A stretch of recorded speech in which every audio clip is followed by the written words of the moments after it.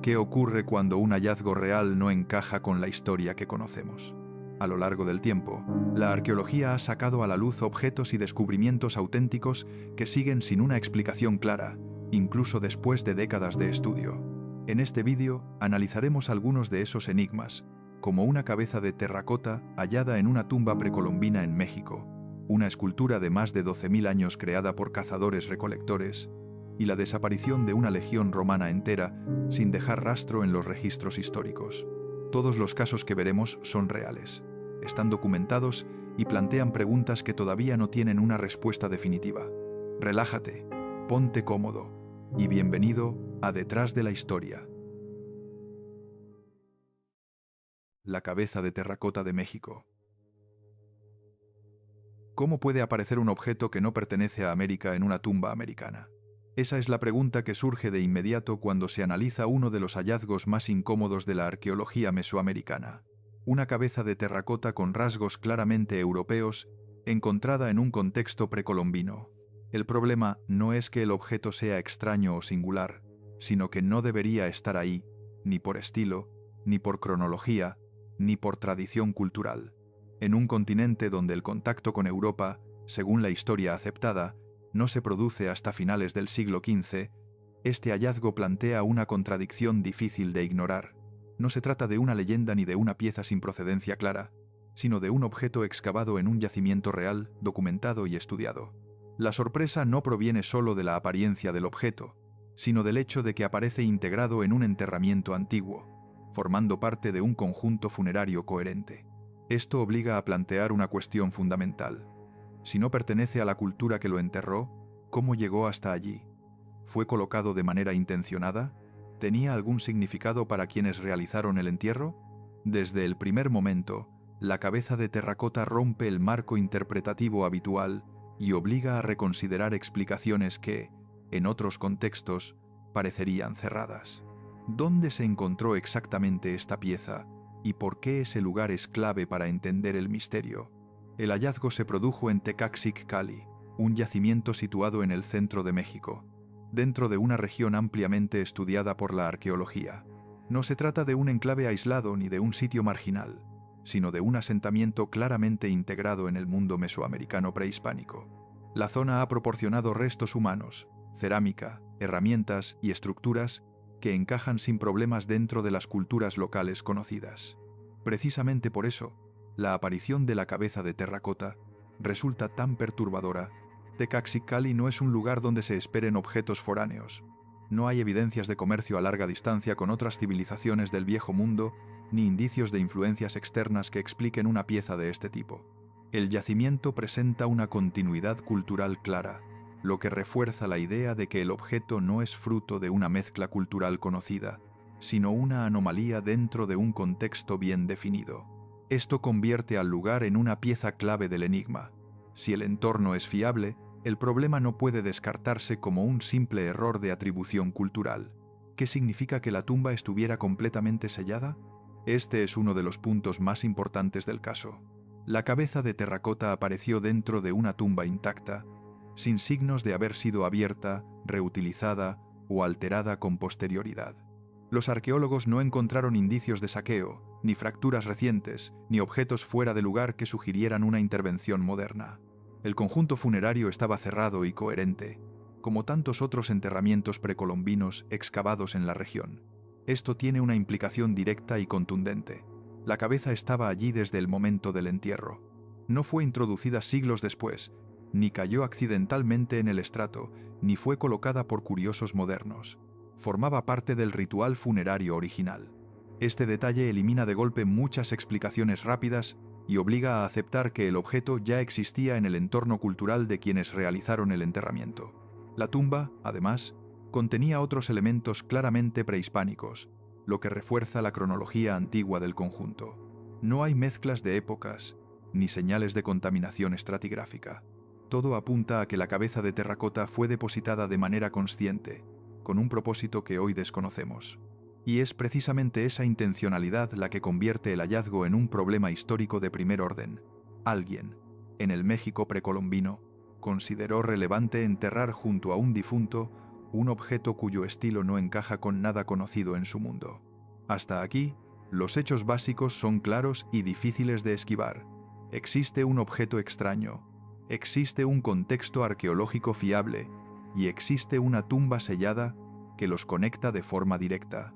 A partir de este punto, el misterio no hace más que profundizarse, porque cada explicación posible empieza a chocar con los límites de lo que creemos saber sobre el pasado americano. ¿Qué es exactamente la cabeza de terracota encontrada y por qué no parece un objeto cualquiera?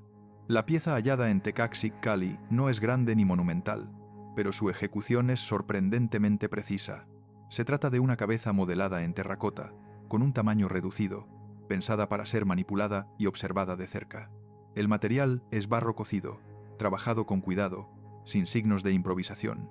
No presenta roturas antiguas ni deformaciones propias de un objeto fabricado de forma rudimentaria. Al contrario, muestra un control técnico que sugiere experiencia en el modelado figurativo. La superficie está bien definida, con rasgos claros y proporciones equilibradas. No parece una pieza simbólica abstracta, sino una representación realista de un rostro humano. Esto es importante porque muchas culturas precolombinas utilizaban estilos altamente estilizados o simbólicos, mientras que aquí se percibe una intención clara de reproducir facciones concretas. La cabeza no está decorada con motivos rituales locales, ni muestra elementos iconográficos típicos de Mesoamérica. Es una figura sobria, directa, centrada únicamente en el rostro. Además, su estado de conservación indica que fue enterrada poco después de su fabricación o que estuvo protegida de la erosión durante siglos. No muestra señales de haber circulado como objeto de intercambio prolongado, ni de haber sido reutilizada durante generaciones. Todo apunta a que fue creada, o al menos utilizada con un propósito concreto y puntual, y luego depositada en la tumba como parte del ritual funerario. ¿Por qué sus rasgos no encajan con ninguna cultura mesoamericana conocida? El verdadero desconcierto aparece cuando se observan con detenimiento los rasgos faciales. La cabeza presenta una nariz prominente y recta, labios finos y una barba claramente marcada. Estos elementos, en conjunto, no se corresponden con las representaciones humanas habituales del arte precolombino. En Mesoamérica, las figuras humanas suelen mostrar rostros lampiños, rasgos idealizados o características simbólicas asociadas al estatus, la divinidad o la cosmovisión local. La presencia de una barba es especialmente llamativa. En las esculturas mesoamericanas conocidas, la barba prácticamente no aparece como rasgo naturalista. Cuando se representan elementos faciales, suelen tener un significado ritual o mitológico, no un carácter realista. En este caso, la barba no parece simbólica, sino anatómica, integrada de forma natural en el rostro.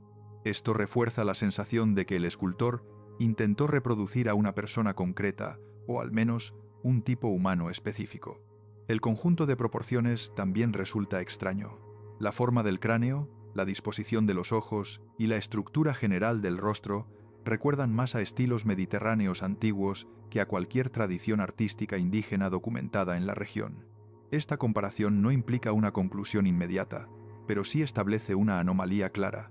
La pieza no se puede clasificar dentro de ningún repertorio artístico mesoamericano conocido. Los especialistas que han estudiado el objeto coinciden en este punto. No encaja estilísticamente. No se parece a esculturas olmecas, mayas, teotihuacanas, ni a producciones regionales menores. Es una pieza aislada, sin paralelos claros, lo que dificulta aún más su interpretación. ¿De qué época es realmente el enterramiento y por qué esto complica aún más el misterio? La cronología del enterramiento es otro de los pilares del caso. La tumba en la que apareció la cabeza de terracota ha sido fechada mediante métodos arqueológicos convencionales, teniendo en cuenta los objetos asociados, el contexto estratigráfico y la tipología del conjunto funerario. Los resultados sitúan el entierro siglos antes de la llegada europea a América. Esto significa que la cabeza no puede explicarse como un objeto introducido tras la conquista, ni como una pieza colonial temprana que acabó mezclada por error. La datación del conjunto es coherente y coincide con otros enterramientos similares de la región. No hay rupturas temporales ni elementos anacrónicos en el resto de la tumba. Este dato cierra una de las vías de escape más habituales ante hallazgos incómodos: la explicación tardía. Si la tumba es precolombina y el objeto estaba allí desde el inicio, entonces El problema no es de datación, sino de interpretación histórica. Algo que no debería existir en ese contexto aparece integrado de forma natural en un ritual antiguo. A partir de aquí, el enigma se vuelve más profundo. Tenemos un objeto con rasgos ajenos, en una tumba sellada, con una cronología sólida y sin paralelos culturales claros. Cada elemento, por separado, podría explicarse, pero juntos forman una combinación que desafía las explicaciones simples y obliga a plantear preguntas que la arqueología tradicional no ha podido responder de forma definitiva. ¿Se ha analizado científicamente la propia pieza? ¿Y qué dicen esos estudios? La cabeza de terracota no se ha quedado únicamente en el terreno de la especulación visual.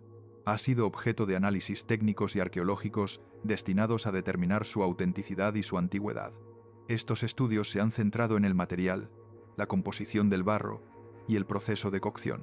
Los resultados indican que la pieza fue fabricada con técnicas compatibles con la antigüedad del contexto en el que apareció, descartando que se trate de una falsificación moderna introducida de manera reciente. El barro utilizado no muestra componentes industriales ni aditivos contemporáneos. Su estructura es coherente con materiales arcillosos locales o regionales, lo que sugiere que la pieza pudo haber sido fabricada en América, aunque siguiendo un estilo completamente ajeno a las tradiciones conocidas. Este detalle es clave, porque desplaza el problema. Ya no se trata solo de un objeto extraño llegado desde fuera, sino de la posibilidad de una representación inusual creada en el propio entorno precolombino. La cocción también fue analizada. No presenta señales de hornos modernos ni temperaturas propias de procesos industriales.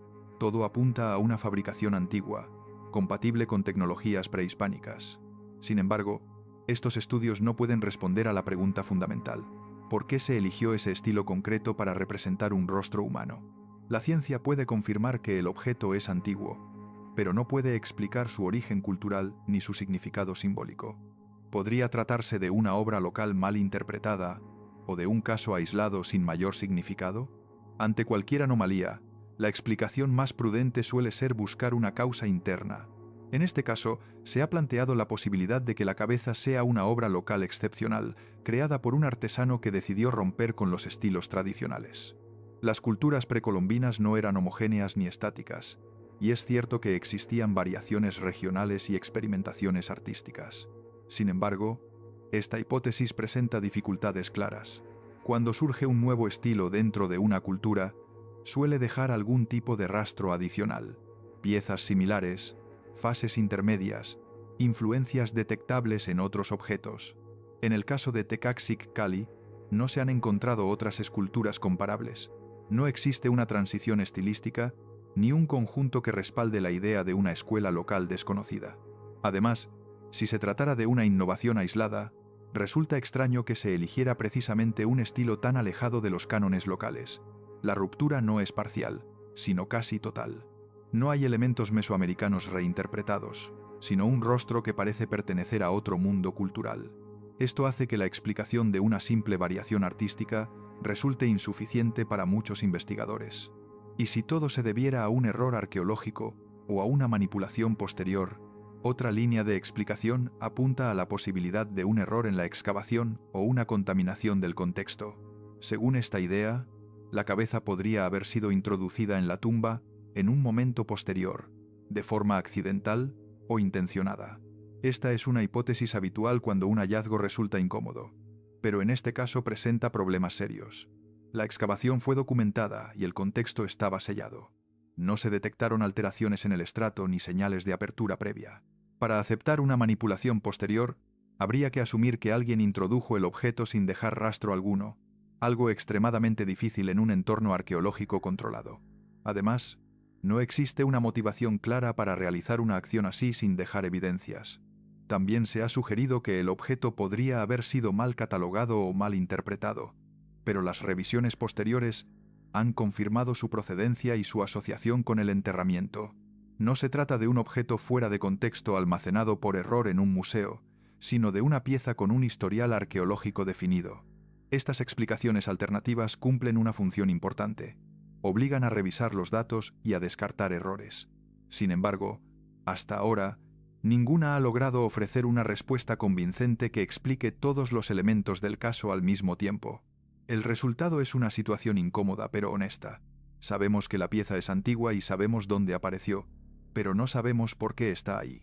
Con esto, el misterio no se cierra, sino que se vuelve más preciso.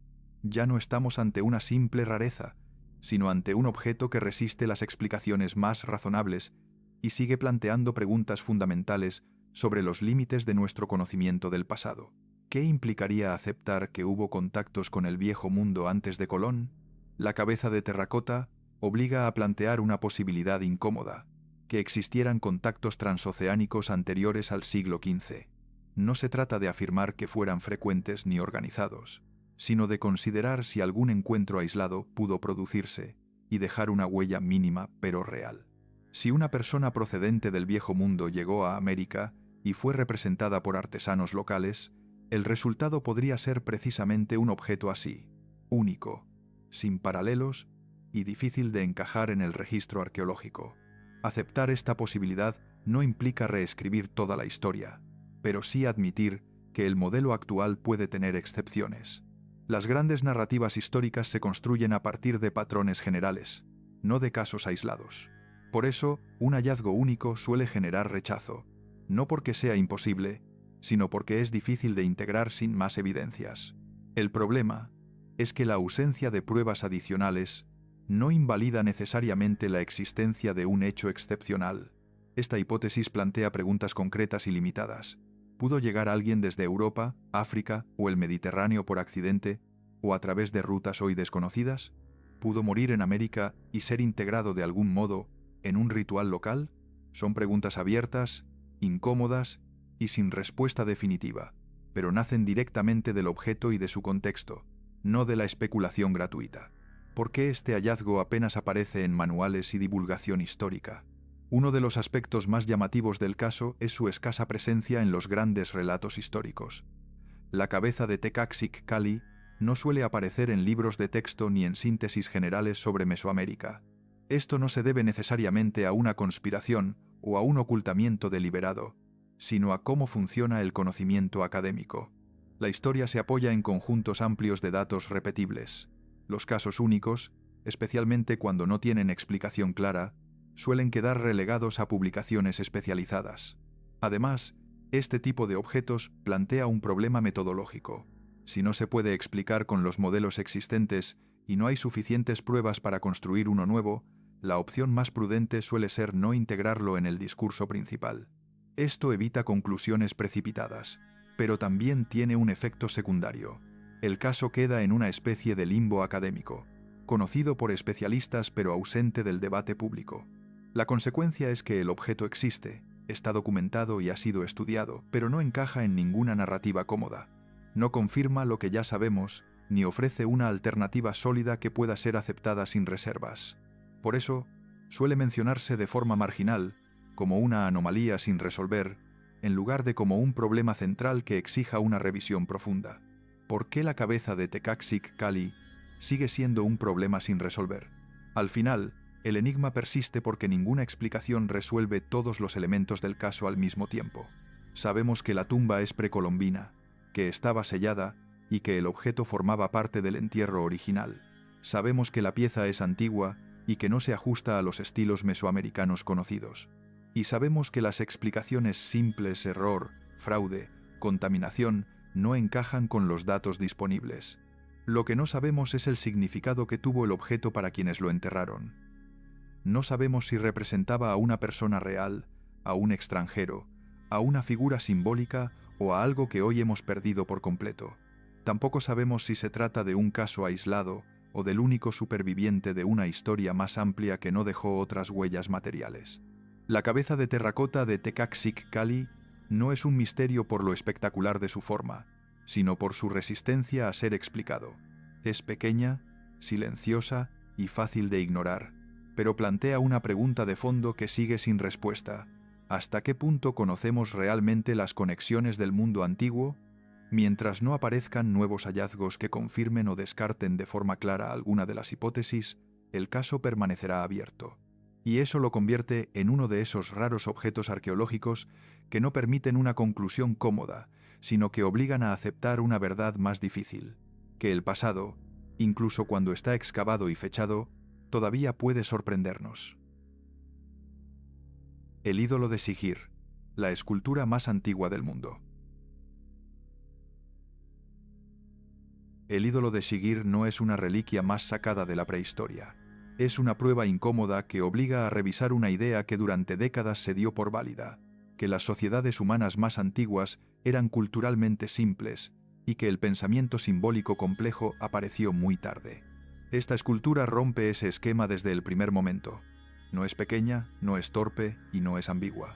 Es una obra deliberada, cargada de intención, creada en un periodo en el que, según los modelos clásicos, no deberían existir objetos así. Durante mucho tiempo se enseñó que los grupos del Mesolítico apenas superaban la supervivencia básica. Se les atribuyó una vida centrada en la caza y la recolección, con manifestaciones culturales mínimas y un simbolismo rudimentario. El ídolo de Sigir contradice frontalmente esa visión, no solo porque sea antiguo, sino porque demuestra planificación, abstracción y memoria simbólica. Tallar una escultura de este tipo implica tomar decisiones previas, imaginar un resultado final y dedicar recursos a algo que no tiene utilidad práctica inmediata. Eso solo es posible cuando una sociedad ya maneja conceptos complejos sobre el mundo y su lugar en él. La importancia del ídolo no reside en una interpretación concreta, sino en lo que su mera existencia demuestra. No estamos ante un error ni ante una excepción decorativa. Estamos ante un objeto que señala que la capacidad humana para crear símbolos elaborados apareció mucho antes de lo que se había aceptado. En ese sentido, el ídolo de Sigir no amplía ligeramente la historia del arte, la desplaza miles de años hacia atrás. A esta incomodidad se suma otro elemento clave: el material. La escultura está tallada en madera, un soporte que rara vez sobrevive al paso del tiempo. La mayoría de los objetos prehistóricos que conocemos son de piedra, hueso o cerámica, precisamente porque esos materiales resisten la degradación. La madera, en cambio, se descompone con rapidez. Que una pieza de este tipo haya llegado hasta nosotros es casi una anomalía dentro del registro arqueológico. La conservación del ídolo de Sigir fue posible gracias a un entorno muy específico. Permaneció durante milenios en un medio húmedo y pobre en oxígeno, lo que ralentizó su descomposición. Este hecho tiene una consecuencia directa.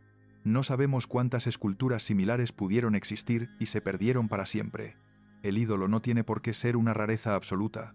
Puede ser simplemente el único superviviente de una tradición simbólica mucho más amplia hecha en materiales perecederos. Este detalle cambia por completo la perspectiva. Si el arte mesolítico se expresó en madera, fibras vegetales u otros soportes frágiles, la mayor parte de su producción cultural habría desaparecido sin dejar rastro. El ídolo de Sigir, entonces, no sería una anomalía aislada, sino una ventana excepcional a un mundo simbólico que casi nunca se conserva. Lo que hoy nos parece extraordinario podría haber sido, en su tiempo, más común de lo que creemos. El lugar donde apareció la escultura refuerza esta idea. No se encontró en una ciudad, ni en un santuario monumental, ni en un asentamiento permanente. Surgió en un entorno natural, en una zona de los montes Urales que no responde a la imagen clásica de un centro ceremonial. Este dato es crucial, porque indica que los espacios simbólicos del pasado no siempre coincidían con lugares construidos. Para estas sociedades, el paisaje en sí podía ser sagrado. El entorno natural no era un escenario neutro. Bosques, pantanos y zonas húmedas podían tener un significado profundo, asociado a la vida, la muerte o la transición entre estados. Que el ídolo de Sigir esté vinculado a un espacio así sugiere que su función no dependía de una arquitectura compleja, sino de una relación directa con la naturaleza. Esto encaja con comunidades que se movían por el territorio y que construían su cosmovisión a partir del entorno que habitaban. Hasta aquí, el panorama es claro y difícil de ignorar. Existe una escultura de madera extraordinariamente antigua, conservada de forma excepcional, creada por sociedades que no encajan con la imagen de simplicidad que se les atribuyó durante años. Su material, su conservación y su contexto natural apuntan a una realidad incómoda. La complejidad cultural humana no nació con las ciudades, sino mucho antes, y el ídolo de Sigir es una de las pruebas más contundentes de ello. El tamaño original del ídolo de Sigir deja claro que no fue concebido como un objeto secundario. En su estado completo, la escultura superaba los 5 metros de altura, tallada a partir de un único tronco de alerce. Esta escala implica una serie de decisiones previas que no pueden pasarse por alto. No cualquier árbol servía. Fue necesario seleccionar un ejemplar recto, robusto y suficientemente grande, transportarlo y trabajarlo durante un periodo prolongado.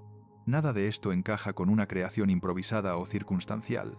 Una pieza de este tamaño exige planificación logística y una intención clara de visibilidad. El ídolo no estaba pensado para ser ocultado ni manipulado con facilidad. Su forma vertical y alargada lo convertía en un elemento dominante dentro del paisaje, algo destinado a ser visto desde lejos y reconocido por quienes compartían su significado. La escala, en este caso, es un mensaje en sí misma. Aquello que representa era lo bastante importante como para justificar un esfuerzo colectivo sostenido en el tiempo. Además, trabajar un tronco de estas dimensiones sin fracturarlo ni debilitar su estructura requiere experiencia. La madera responde de forma impredecible si no se domina el material. El resultado final indica que quienes lo tallaron conocían bien sus propiedades y sabían anticipar el comportamiento del soporte. Esto refuerza la idea de que no estamos ante un experimento aislado, sino ante una obra que forma parte de un saber técnico ya asentado. La técnica empleada en el tallado confirma esa impresión. Las superficies muestran líneas continuas, cortes controlados y una coherencia formal que solo se logra con herramientas adecuadas y manos expertas. No hay marcas erráticas ni correcciones torpes. Cada incisión parece responder a una decisión previa, integrada dentro de un diseño global. Tallar de este modo implica tiempo, concentración y una transmisión de conocimientos que va más allá de la improvisación individual. Este nivel técnico también sugiere algo más profundo, la existencia de una tradición. Nadie domina una técnica compleja sin aprendizaje previo. Aunque no conservemos otros ejemplos, el ídolo de Shigir apunta a un contexto cultural en el que el trabajo de la madera era algo más que funcional. Era un medio válido para expresar ideas abstractas, conceptos compartidos y estructuras simbólicas que requerían precisión para ser comprendidas. Los rostros tallados en la escultura refuerzan esta interpretación. No aparecen como adornos dispersos, sino como elementos organizados dentro de una secuencia vertical. Cada cara está integrada en la estructura general del ídolo, ocupando un lugar concreto. No parecen repetirse de forma mecánica, sino variar sutilmente, lo que sugiere que cada una tenía un significado específico dentro del conjunto. La disposición de estos rostros no responde a criterios estéticos simples. Su colocación a distintas alturas y su relación con los símbolos geométricos indican un orden interno. Esto permite plantear que la escultura funcionaba como una estructura narrativa o jerárquica, donde cada rostro representaba un nivel, una entidad o un concepto distinto.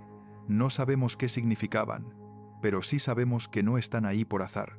Este punto es crucial porque desplaza la interpretación del ídolo desde lo puramente artístico hacia lo conceptual. Si los rostros forman una secuencia, entonces la escultura no solo se mira, se lee. Esto implica que quienes la crearon compartían un sistema simbólico lo suficientemente estable como para ser entendido por otros miembros de la comunidad. No era una obra personal, sino un objeto con sentido colectivo. Nada de esto encaja con la idea de arte primitivo entendido como simple decoración o expresión instintiva. El ídolo de Shigir muestra una integración total entre técnica, forma y significado. La escala refuerza el mensaje, la técnica garantiza su ejecución y los rostros introducen un contenido simbólico estructurado. Cada elemento cumple una función distinta y complementaria. Al llegar a este punto, el ídolo deja de ser solo una escultura antigua para convertirse en una evidencia clara de complejidad cultural. No es necesario saber exactamente qué representaba para reconocer que su creación exigió pensamiento abstracto, planificación a largo plazo y una visión compartida del mundo. Eso, por sí solo, basta para cuestionar de forma definitiva la imagen tradicional de las sociedades mesolíticas como culturalmente simples. La datación científica del ídolo de Shigir fue el momento en que el hallazgo dejó de ser simplemente extraño para convertirse en un problema histórico real. Durante años, su antigüedad fue objeto de debate, en parte porque aceptar una fecha tan temprana implicaba alterar cronologías ampliamente aceptadas. Sin embargo, los análisis por radiocarbono ofrecieron un resultado contundente. La escultura fue tallada hace más de 12.000 años, en un periodo muy anterior a las grandes construcciones monumentales conocidas. Este dato no es una simple curiosidad cronológica. Coloca al ídolo de Sigir miles de años antes de Stonehenge y de las pirámides de Egipto, en una época en la que, según los modelos clásicos, la humanidad aún no había desarrollado estructuras simbólicas complejas. La confirmación científica obligó a revisar hipótesis y a aceptar que el objeto no pertenecía a una fase de transición, sino a un momento extremadamente temprano del desarrollo cultural humano. La reacción inicial fue de cautela. En arqueología, una datación tan disruptiva suele generar resistencia, no por negación, sino por las consecuencias que conlleva. Si la fecha es correcta y las pruebas lo indican, entonces el pensamiento abstracto complejo no es una conquista tardía, sino una capacidad profundamente arraigada en nuestra especie. El ídolo de Sigir no anticipa el arte posterior, lo precede con autoridad. A partir de esta confirmación surge un segundo problema: la ausencia total de objetos comparables. No existe una tradición visible que acompañe al ídolo, ni antes ni después. No hay una serie de esculturas similares que permitan trazar una evolución estilística o una escuela reconocible. Esta soledad lo convierte en una anomalía difícil de clasificar. En arqueología, los conjuntos explican, los objetos únicos desconciertan. La falta de paralelos no significa que el ídolo de Sigir surgiera de la nada. Más bien sugiere que la mayor parte de las manifestaciones culturales de su tiempo no se conservaron. Si estas sociedades trabajaban principalmente con materiales orgánicos, madera, fibras, pieles, el registro arqueológico estaría gravemente incompleto. El ídolo sería entonces una excepción fortuita, no un caso aislado en su contexto original. Este vacío plantea una cuestión incómoda. ¿Cuántas expresiones simbólicas del pasado se han perdido sin dejar rastro? La historia humana se reconstruye a partir de lo que sobrevive, no de todo lo que existió. En ese sentido, el ídolo de Sigir podría ser solo un fragmento mínimo de un universo simbólico mucho más amplio que no ha llegado hasta nosotros. Su singularidad no sería cultural, sino arqueológica. Más allá de su antigüedad y su aislamiento, el ídolo presenta un rasgo aún más sugerente: la sensación de que transmite información.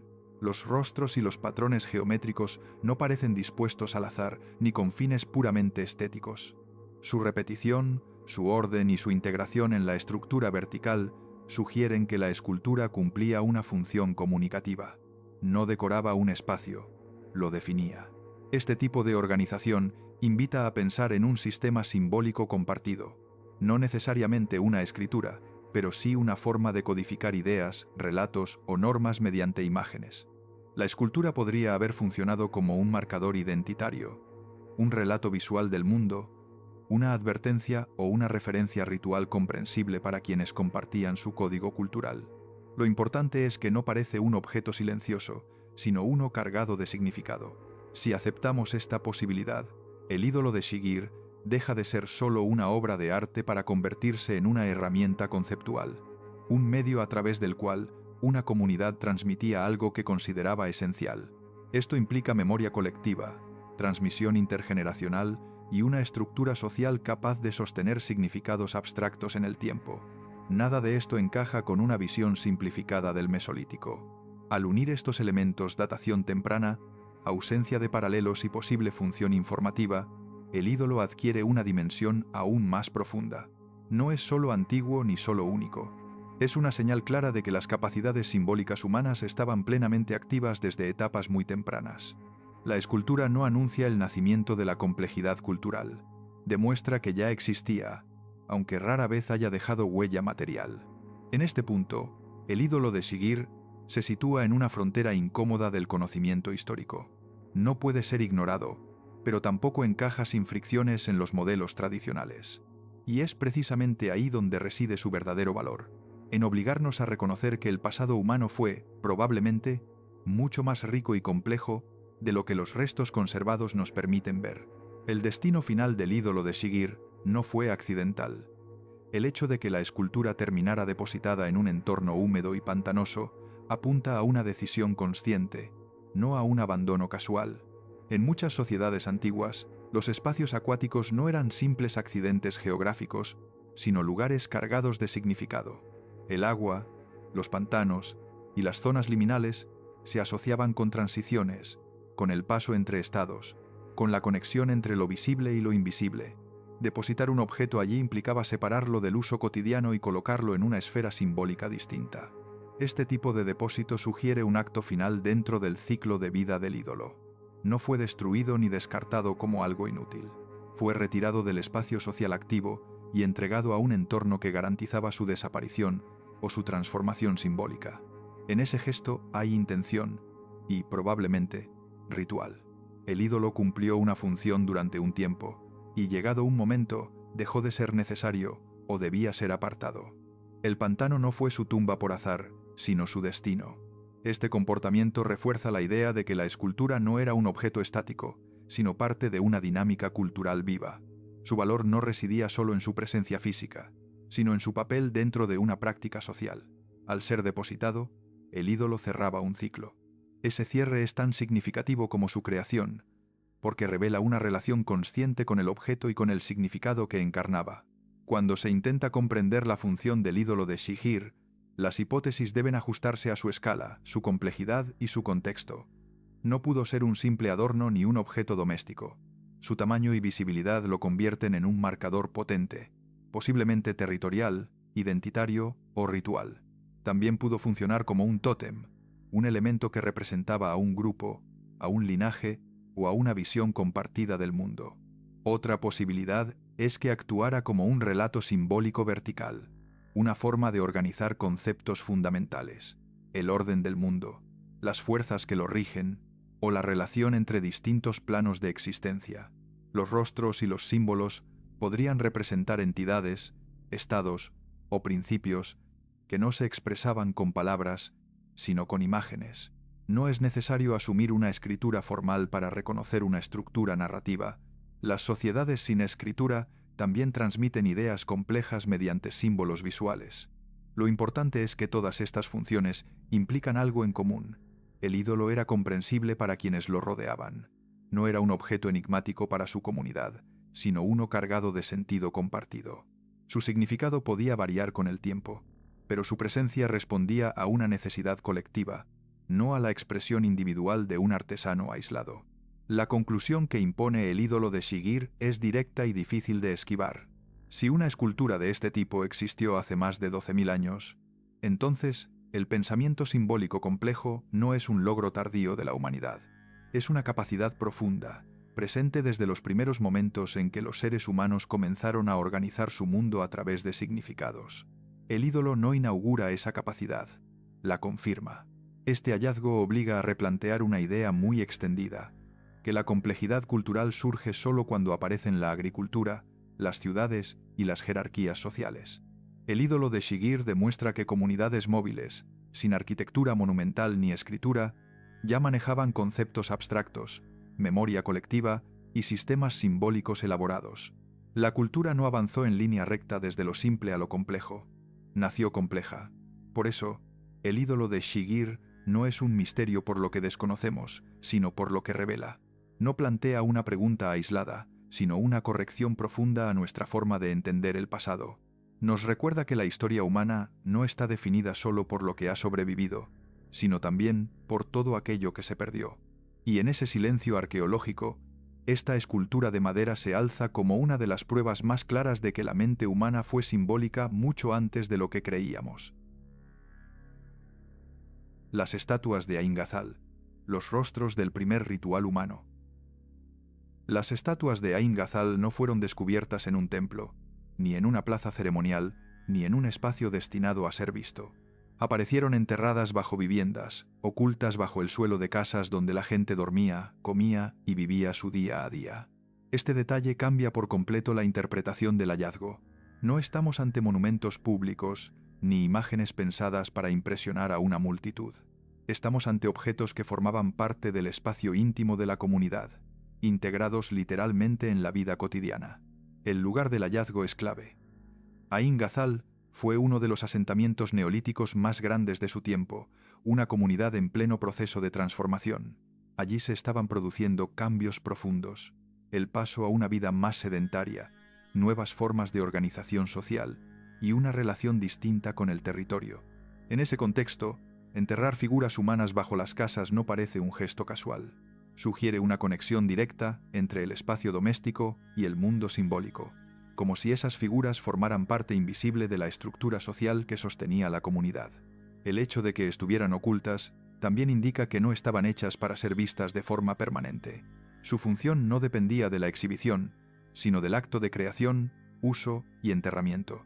Esto las aleja de la idea clásica de estatua como objeto duradero y las acerca a un ritual concreto, limitado en el tiempo, pero profundamente significativo para quienes lo realizaban. Estas figuras representan otro salto fundamental. Son algunas de las primeras estatuas humanas a escala real jamás creadas. No son cabezas aisladas ni figuras esquemáticas.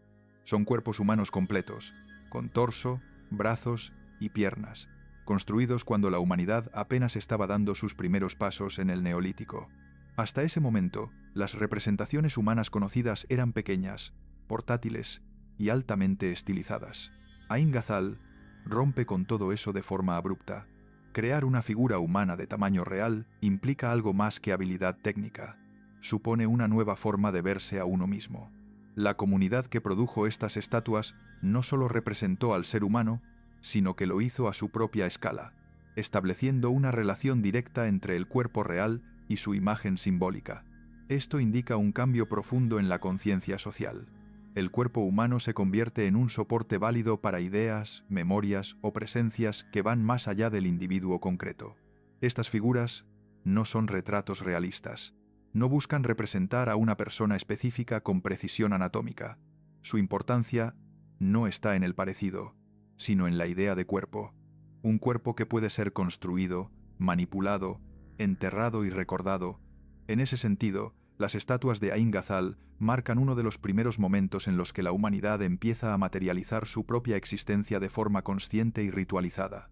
El material con el que fueron hechas refuerza esta interpretación. Las estatuas están construidas con yeso, caña y betún, una combinación que exige conocimiento técnico y control del proceso. El yeso no se encuentra listo para usar. Debe ser producido mediante la calcinación de piedra caliza y luego mezclado con agua en el momento adecuado. Esto implica planificación, experiencia y una comprensión básica de procesos químicos, algo notable para una comunidad tan temprana. Además, las figuras son huecas. Su estructura interna se realizó con cañas, recubiertas posteriormente con capas de yeso. Esta técnica no busca resistencia ni durabilidad, busca forma, busca presencia. El objetivo no era crear algo que sobreviviera durante generaciones, sino algo que cumpliera su función en un momento concreto. El material elegido no es eterno, y eso es parte esencial de su significado. El uso del yeso también sugiere un vínculo con la transformación. El proceso de convertir piedra en polvo, polvo en pasta y pasta en forma sólida tiene un fuerte componente simbólico. Es una materia que cambia de estado, igual que las comunidades de Ain Ghazal estaban cambiando su forma de vida. Las estatuas no solo representan cuerpos humanos, representan un momento de transición, tanto material como cultural. Hasta aquí, los hechos son claros. Las figuras de Ain Ghazal fueron ocultadas bajo casas, representan cuerpos humanos a escala real en una época extremadamente temprana, y fueron creadas con materiales y técnicas que implican conocimiento, intención y simbolismo. No son simples objetos artísticos, sino evidencias de un cambio profundo en la forma en que los seres humanos empezaron a entender su cuerpo, su comunidad y su lugar en el mundo. Estas estatuas no estaban hechas para durar, y ese detalle es fundamental para entender su sentido. A diferencia de los monumentos de piedra pensados para resistir siglos, las figuras de Ain Ghazal fueron construidas con una fragilidad evidente. El yeso se agrieta con facilidad. La estructura de cañas se debilita con el tiempo, y el conjunto no soporta bien la humedad ni el peso prolongado. Nada en su diseño apunta a la permanencia. Al contrario, todo sugiere una vida útil corta y controlada. Esta elección no puede explicarse como una limitación técnica.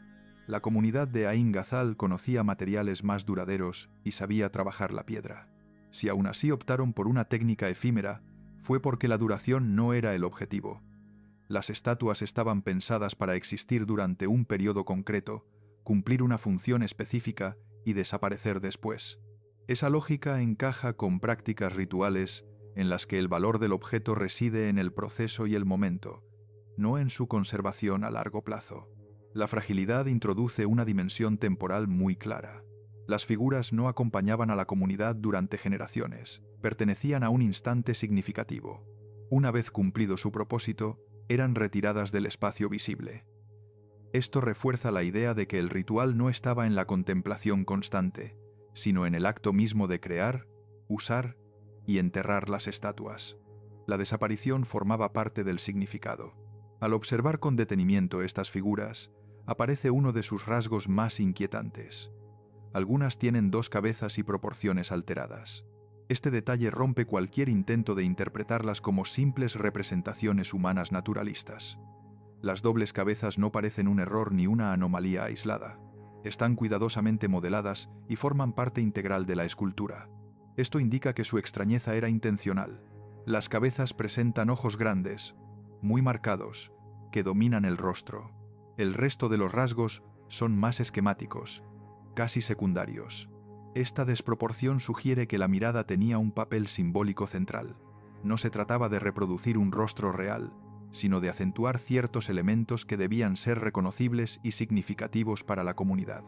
La duplicación de cabezas, en este contexto, podría aludir a conceptos que hoy nos resultan difíciles de traducir: dualidad, transición, presencia múltiple o conexión entre estados. Lo importante es que estas figuras no buscan parecer humanas en un sentido cotidiano. Su aspecto deliberadamente extraño las sitúa en un plano distinto al de las personas vivas. No representan individuos concretos, sino algo que va más allá del cuerpo físico. Esa distancia visual es clave para entender su función. Las estatuas no sustituyen a los vivos, los representan simbólicamente.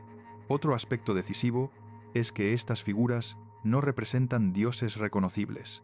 No existe continuidad iconográfica entre las estatuas de Ain Ghazal y las divinidades documentadas en culturas posteriores de la región.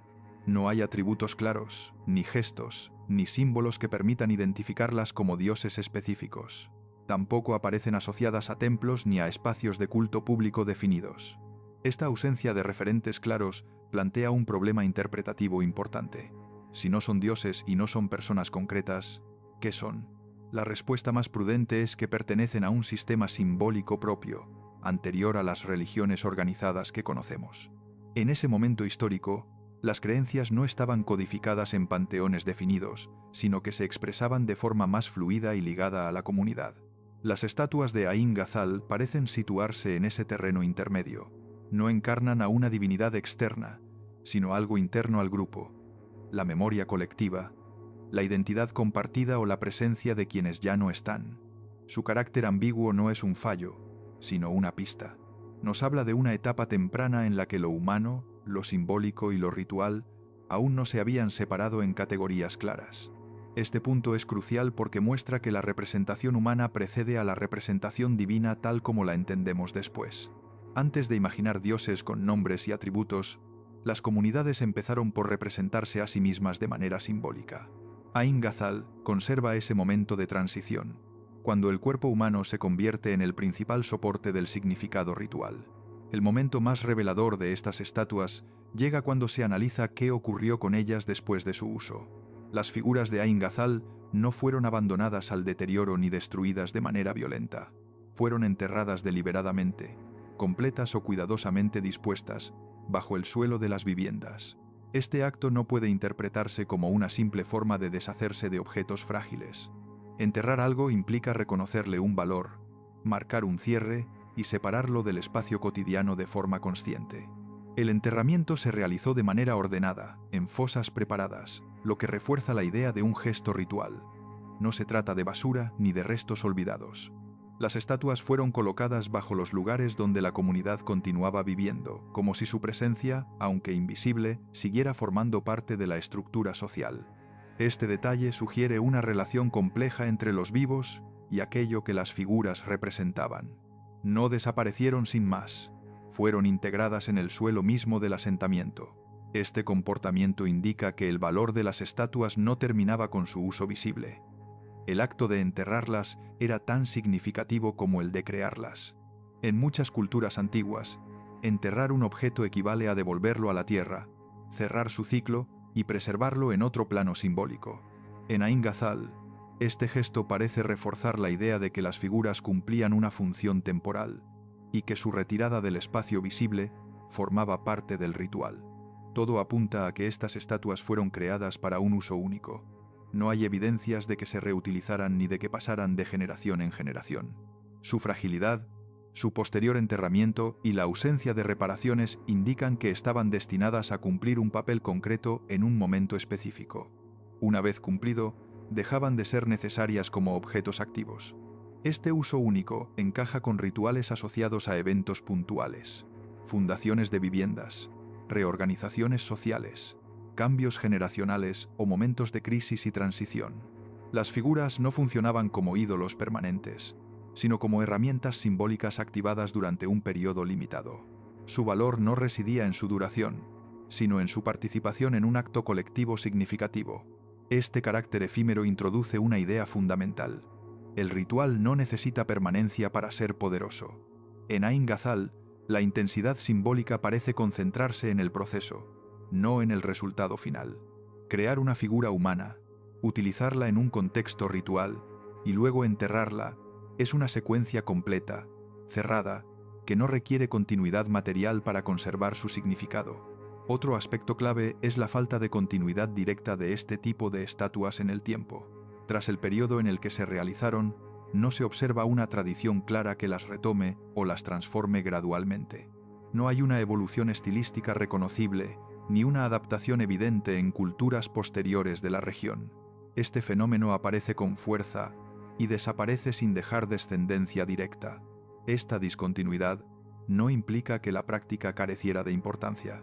Al contrario, su carácter breve pero intenso sugiere un momento de experimentación simbólica profunda. Las comunidades de Ain Ghazal estaban explorando nuevas formas de representar la identidad, el cuerpo y la memoria colectiva en un periodo de cambios sociales acelerados. Algunas de esas formas prosperaron. Otras, como estas estatuas, cumplieron su función y dejaron de ser necesarias. La ausencia de continuidad también refuerza la dificultad de interpretarlas desde categorías posteriores. No podemos entenderlas como el origen directo de religiones o tradiciones artísticas posteriores. Funcionan mejor como el reflejo de un momento específico en la historia humana, cuando las comunidades estaban redefiniendo su relación con el cuerpo, el espacio doméstico y el ritual. Al unir estos elementos, enterramiento deliberado, uso único y desaparición, sin continuidad, las estatuas de Ain Ghazal revelan una lógica cultural muy clara. No eran objetos destinados a perdurar, sino instrumentos simbólicos diseñados para actuar y desaparecer. Su importancia no se mide por lo que dejaron después, sino por lo que significaron en el momento exacto en que fueron creadas y enterradas. Una de las interpretaciones más consistentes sobre las estatuas de Ain Ghazal es que no representaban individuos concretos, sino ancestros. No ancestros entendidos como personas reconocibles, sino como figuras fundacionales de la comunidad, presencias simbólicas que conectaban a los vivos con un pasado compartido. Esta lectura encaja con varios elementos clave: la falta de rasgos individualizados, la repetición de formas similares y el hecho de que fueran enterradas bajo las casas, en el corazón mismo del espacio doméstico. En muchas sociedades antiguas, los ancestros no eran recuerdos pasivos, sino agentes activos en la vida del grupo. Protegían el territorio, legitimaban la ocupación del espacio y daban continuidad a la identidad colectiva. Enterrar figuras humanas bajo las viviendas podría interpretarse como una forma de anclar la comunidad a su propio pasado, de colocar simbólicamente a quienes ya no están como cimientos invisibles de la vida cotidiana. Las estatuas no miraban al exterior, sostenían desde abajo. Esta hipótesis también explica por qué las figuras no necesitan ser reconocibles como personas concretas. Su función no era recordar a alguien específico, sino representar la idea misma de pertenencia, de continuidad entre generaciones. En ese sentido, las estatuas funcionan más como conceptos materializados que como retratos. Son cuerpos simbólicos que condensan la memoria del grupo en una forma visible, aunque destinada a desaparecer. Las estatuas de Ain Ghazal revelan además una transformación profunda en la relación entre cuerpo, ritual y comunidad. Por primera vez, el cuerpo humano se convierte en el centro de una práctica simbólica compleja, no como soporte de divinidades externas, sino como referencia principal del significado. El cuerpo ya no es solo biología, es un vehículo de ideas, valores y vínculos sociales. Este cambio coincide con un momento histórico clave. Ain Ghazal se desarrolla en una etapa en la que las comunidades humanas están redefiniendo su modo de vida. Mayor sedentarismo, crecimiento demográfico y nuevas formas de organización social. En ese contexto, representar el cuerpo humano de forma ritualizada puede interpretarse como una forma de reafirmar la cohesión del grupo frente a un mundo en transformación. Las estatuas no solo simbolizan lo que se es, sino lo que se intenta mantener. La elección del espacio doméstico como escenario de estos rituales refuerza esta idea. No se trata de una religión separada de la vida diaria, sino de una práctica integrada en ella. El ritual no ocurre en un lugar aparte, ocurre bajo el suelo que se pisa cada día. Esto indica una concepción del mundo en la que lo simbólico y lo cotidiano no están separados, sino profundamente entrelazados. Por todo ello, Ain Ghazal marca un punto de no retorno en la historia cultural humana. Estas estatuas no son un experimento aislado, ni una curiosidad arqueológica. Son una evidencia clara de que, ya en los albores del Neolítico, las comunidades humanas manejaban conceptos complejos de identidad, memoria y pertenencia. La representación del cuerpo humano no aparece aquí como una consecuencia tardía de sociedades complejas, sino como uno de sus motores fundamentales. El hecho de que estas prácticas no continuaran de la misma forma no las hace menos importantes. Al contrario, muestra que la historia cultural humana no avanza por acumulación constante, sino por momentos de intensa innovación simbólica, seguidos a veces por abandonos y transformaciones. Ain Ghazal conserva uno de esos momentos en estado casi puro. La conclusión que imponen estas estatuas es clara. La humanidad empezó a pensarse a sí misma muy pronto, y lo hizo de manera profunda y ritualizada. Antes de templos monumentales y panteones definidos, existieron comunidades que expresaron su identidad colectiva a través de cuerpos creados para ser enterrados. Ain Ghazal no nos habla de dioses ni de mitos conocidos, sino de algo más básico y más antiguo, la necesidad humana de representarse, recordarse y afirmarse como grupo. En ese sentido, estas figuras no son solo restos del pasado, son testigos de un momento decisivo, cuando el ser humano dejó de limitarse a vivir en el mundo y empezó a construir significado dentro de él. El misterio de la Legión Novena de Hispania. Roma fue un imperio obsesionado con el registro. Cada victoria, cada derrota y cada movimiento de sus ejércitos quedaba documentado en inscripciones, crónicas y archivos administrativos. Cuando una legión era destruida, Roma lo sabía y lo dejaba constancia. Incluso en los peores desastres militares, el relato sobrevivía: nombres, lugares, responsables y consecuencias. Por eso, la desaparición completa de una legión sin explicación escrita es algo que no encaja con la forma en que Roma entendía el poder y la memoria. Y sin embargo, eso es exactamente lo que ocurrió con la Legión Novena Hispana. Una legión romana no era una unidad pequeña ni fácil de ocultar. Estaba formada por miles de soldados, oficiales, estandartes, escribanos y personal auxiliar. Su sola existencia generaba huellas constantes: pagos, suministros, construcciones, campamentos y monumentos conmemorativos. Que una unidad de este tamaño desaparezca sin dejar un relato oficial supone una anomalía histórica de primer orden. No hablamos de un grupo derrotado en una escaramuza, sino de una fuerza completa borrada del registro narrativo del imperio. Este silencio es el núcleo del misterio. No hay una crónica que describa su final, no hay una lista de bajas, no hay un relato de heroísmo ni de castigo. Para un Estado que construía su autoridad a través de la escritura y la propaganda, no contar lo ocurrido equivale a admitir algo difícil de asumir. Por eso, el caso de la Legión Novena Hispana no es solo una cuestión militar, sino un problema de memoria histórica. La Legión Novena Hispana fue una unidad real, veterana y bien documentada durante gran parte de su existencia. No aparece de forma repentina ni marginal. Participó en campañas importantes y estuvo presente en algunos de los territorios más conflictivos del imperio. Su nombre figura en inscripciones, monumentos y registros que demuestran una trayectoria larga y activa. No era una legión secundaria ni improvisada, sino una fuerza consolidada dentro del aparato militar romano. Su origen se remonta a las guerras civiles de la República tardía, y con el tiempo se integró plenamente en el ejército imperial. Combatió en Hispania, de donde tomó su nombre, y más tarde fue destinada a otros frentes donde Roma necesitaba tropas experimentadas. Su historial la convierte en una unidad fiable, acostumbrada a operar en entornos hostiles y a mantener el control en provincias difíciles. Precisamente por eso, resulta aún más extraño que desapareciera sin dejar rastro. La Legión Nueva no era una legión de paso. Estaba asentada, tenía campamentos estables y participaba en la consolidación del dominio romano. Esto implica una presencia prolongada y visible. No se movía sin dejar huellas, ni se disolvía sin órdenes claras. Todo esto refuerza la idea de que su desaparición no fue un accidente menor, sino un acontecimiento que debió de tener un impacto significativo en su momento. El último rastro fiable de la Legión Noveno de Hispana aparece en Britania, una de las provincias más problemáticas del imperio. Allí, Roma se enfrentaba a una resistencia constante, con territorios difíciles de controlar y poblaciones hostiles. Las fuentes confirman la presencia de la legión en esta región a comienzos del siglo II d.C., participando en tareas de control y defensa. Hasta ese punto, su historia es clara y coherente. Después de esa última mención, el rastro se corta de forma abrupta.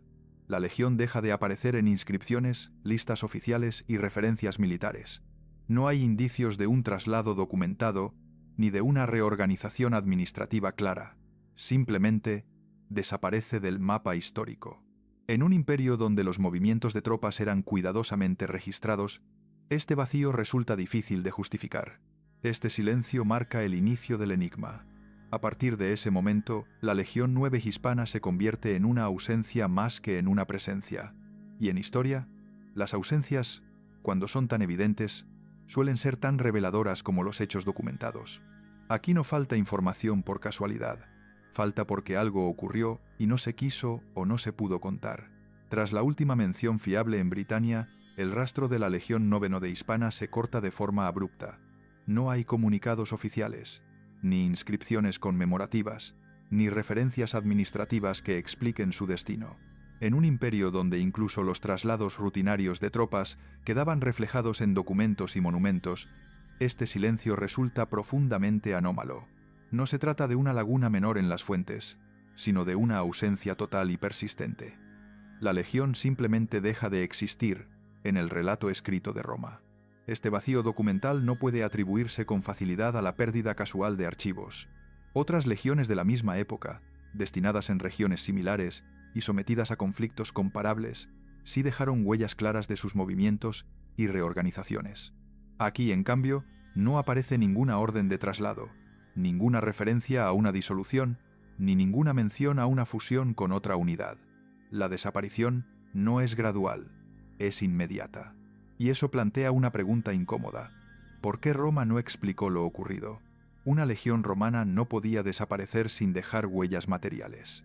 Más allá de los textos, una unidad de este tamaño implicaba campamentos, fortificaciones, caminos, talleres, cementerios y una larga lista de infraestructuras asociadas. También generaba rastros humanos, veteranos licenciados, familias de soldados, auxiliares y comerciantes que dependían de su presencia. Si la Legión 9 hubiera sido simplemente trasladada o disuelta de forma ordinaria, estos rastros deberían aparecer en algún punto del registro arqueológico o epigráfico. Sin embargo, no ocurre así. Esta ausencia refuerza la idea de que el final de la Legión 9 no fue administrativo ni rutinario. Algo interrumpió de manera brusca su continuidad. El problema es que no sabemos qué fue ni dónde ocurrió. El silencio documental no aclara si la legión fue destruida en combate, si se dispersó de forma caótica o si sufrió un destino que Roma prefirió no recordar. En cualquiera de los casos, la falta de explicación es tan significativa como el posible hecho en sí. Una de las hipótesis más antiguas y persistentes es la de una derrota catastrófica en Britania. La provincia era inestable, con frecuentes levantamientos y territorios difíciles de controlar, especialmente en el norte. Según esta teoría, la Legión 9 habría sido aniquilada por fuerzas locales en una campaña fallida, quizá en una emboscada o en una operación mal planificada. Una derrota total explicaría la desaparición repentina y la falta de supervivientes capaces de dejar testimonio. Sin embargo, esta hipótesis presenta problemas importantes. Roma solía documentar incluso sus peores desastres militares. Las derrotas no se ocultaban por completo, se reinterpretan, se justifican o se convierten en lecciones políticas. Además, una aniquilación total de una legión en Britania habría tenido consecuencias visibles: refuerzos inmediatos, cambios en la política militar de la provincia o menciones indirectas en otras fuentes. Nada de esto aparece con claridad en el registro. Esto no descarta por completo la posibilidad de una derrota grave, pero sí obliga a matizarla. Si ocurrió, debió de hacerlo en circunstancias excepcionales, quizá lejos de los centros administrativos o en un contexto que impidió una reconstrucción clara de los hechos. Aún así, resulta difícil explicar por qué no quedó ningún relato oficial, ni siquiera uno fragmentario, de un acontecimiento tan relevante. La hipótesis de la derrota catastrófica, por tanto, explica la desaparición física de la legión, pero no explica el silencio posterior. Roma sabía convertir las pérdidas en propaganda o en advertencias. Que no lo hiciera en este caso sugiere que el destino de la Legión Noveno Hispana pudo ser más complejo que una simple derrota en el campo de batalla. Y es precisamente en esa complejidad donde el misterio empieza a profundizarse. Otra posibilidad que ha ganado peso con el tiempo es que la Legión Noveno Hispana no fuera destruida en Britania, sino retirada de la provincia y enviada a otro frente del imperio. Roma movía legiones con frecuencia, especialmente cuando surgían conflictos más urgentes en otras regiones. En ese contexto, la desaparición en las fuentes británicas podría interpretarse no como un final, sino como un traslado. Sin embargo, esta explicación abre un nuevo problema. No existe ningún registro claro de su reaparición en otro lugar. Se ha planteado que la legión pudo ser enviada a Germania o incluso a la frontera oriental, donde Roma enfrentaba amenazas constantes. Estas zonas eran escenarios de guerras duras, con pérdidas elevadas y situaciones caóticas. Un traslado a uno de estos frentes podría explicar por qué la Legión Nuevo deja de mencionarse en Britania. No obstante, si hubiera ocurrido así, cabría esperar al menos una referencia indirecta, una inscripción, una mención en listas militares o un rastro de veteranos licenciados en otra provincia. Hasta ahora, esas pruebas no han aparecido de forma concluyente. Este silencio vuelve a ser el núcleo del problema. Roma no movía una legión entera sin dejar constancia administrativa. Los traslados implicaban reorganización de mandos, logística y planificación a gran escala. Que todo eso ocurriera sin dejar huella escrita resulta difícil de aceptar. Por eso, la hipótesis del traslado, aunque posible, no resuelve el misterio, simplemente lo desplaza a otro escenario. Para entender por qué este vacío es tan llamativo, es necesario detenerse en cómo funcionaba la burocracia romana. El imperio se sostenía sobre una red administrativa extremadamente eficiente para su tiempo. Las legiones eran unidades permanentes, numeradas y con identidad propia. Sus movimientos, bajas y reemplazos se registraban con precisión. Incluso cuando una legión era disuelta o fusionada con otra, el proceso solía quedar documentado. El silencio en el caso de la Legión Nuevo Hispana no encaja con esta lógica. Este problema se agrava cuando se comparan las fuentes. Otras legiones activas en el mismo periodo sí aparecen mencionadas en documentos posteriores, incluso cuando sufrieron pérdidas importantes. La ausencia total de referencias a la Legión Noveno no parece fruto del azar ni de una simple pérdida de archivos. Es un silencio selectivo, y eso sugiere una decisión consciente o una situación excepcional que impidió una reconstrucción clara de los hechos. A este panorama se suman inscripciones ambiguas que han alimentado el debate durante décadas. Algunos hallazgos epigráficos mencionan a soldados que podrían haber pertenecido a la Legión Noveno en fechas posteriores a su supuesta desaparición. Sin embargo, estas inscripciones son fragmentarias y permiten múltiples interpretaciones. En algunos casos, podrían referirse a veteranos trasladados antes del final de la Legión. En otros, podrían corresponder a unidades distintas con numeración similar. El problema es que ninguna de estas inscripciones ofrece una prueba definitiva. No confirman la supervivencia de la Legión ni aclaran su destino. Más bien, añaden ruido al debate. Cada nuevo fragmento parece abrir una posibilidad distinta, pero ninguna logra cerrar el caso. La Legión 9 sigue apareciendo como una sombra, presente lo suficiente para generar dudas, ausente lo suficiente para no ofrecer certezas. Este conjunto de hipótesis traslado, burocracia silenciosa, inscripciones inconclusas, muestra hasta qué punto el misterio está atrapado entre lo posible y lo demostrable. Cada explicación encaja con una parte de los datos, pero ninguna consigue abarcarlo todo. Y en historia, cuando varias hipótesis parciales compiten sin imponerse, suele ser señal de que falta una pieza clave. En este punto, la desaparición de la Legión Novenuedo Hispana deja de ser solo una cuestión militar. Se convierte en un ejemplo claro de los límites del conocimiento histórico. Sabemos cómo funcionaba Roma, sabemos cómo se documentaban sus ejércitos y sabemos que este caso se desvía de ese patrón. Lo que no sabemos es por qué. Y esa incógnita, sostenida durante siglos, es lo que mantiene viva la historia de una legión que, pese a haber existido de forma indiscutible, se perdió para siempre en el silencio de los registros. Una hipótesis menos conocida, pero cada vez más considerada, es que la Legión 9 hispana no fue destruida en combate, sino disuelta de forma deliberada por decisión del propio Estado romano. Roma no solo castigaba con la derrota, también castigaba con el borrado administrativo. En casos de indisciplina extrema, fracaso estratégico grave o deshonra política, una legión podía ser disuelta, su número retirado y su memoria absorbida por otras unidades. No se trataba de una simple reorganización, sino de una sanción ejemplar. Esta posibilidad explicaría varios elementos a la vez.